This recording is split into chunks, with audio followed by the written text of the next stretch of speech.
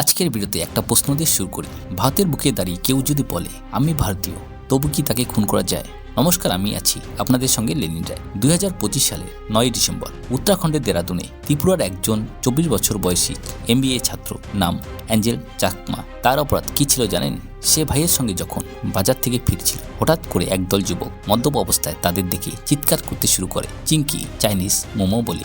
এর জন্য কিন্তু অ্যাঞ্জেলো চুপ থাকেনি। সে বলেছিল আমি ভারতীয়, আমি চাইনিজ নই। এরপর সে সেখান থেকে চলে যাওয়ার চেষ্টা করেছিল, কিন্তু গুন্ডারা তার ভাই মাইকেলের মাথায় আঘাত করে, তারপর ছুরি দিয়ে অ্যাঞ্জেলকে আক্রমণ করে। তার বাবার অভিযোগ, এই নিয়ে পুলিশের কাছে দ্বারস্থ হলে প্রথমে পুলিশ FIR লিখতে অস্বীকার করছিল। 3 দিন পর all India Chakma student union আর সিনিয়র অফিসারদের চাপ পেয়ে পড়লে তখন FIR রেজিস্টার হয়।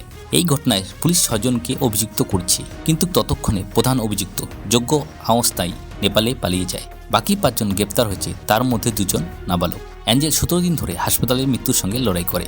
শেষ পর্যন্ত 26শে ডিসেম্বর অ্যাঞ্জেলের মৃত্যু হয়। কিন্তু এখন প্রশ্ন হলো, এটা কি শুধু মারামারি নাকি হেট ক্রাইম?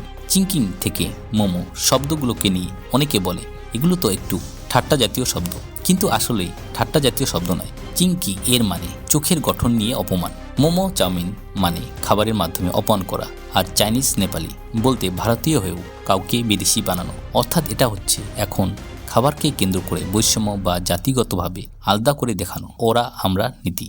চীন ও বাংলাদেশ যখন নর্থ ইস্টের কিছু অংশকে নিজেদের বলে দাবি করে, তখন আমাদের মন তিলবিল করে ওঠে। কিন্তু নিজের দেশের ভাইদের যখন চাইনিজ মোমো বলে অপমান করা হয়, তখন আমরা চুপচাপ বসে সব দেখি। কারণ উত্তর পূর্ব ভারতের 6টি রাজ্য ভারতের অংশ হলেও কিন্তু মনের মানচিত্রে এক নয়। তাদের চেহারা আলাদা, খাবার আলাদা, ভাষা আলাদা। তাই তারা নাকি ভারতীয় কম, চাইনিজ বেশি। এর আগেও তো আমরা দেখেছি নিডো তানিয়াম, লথিয়া সানার মতন ঘটনা।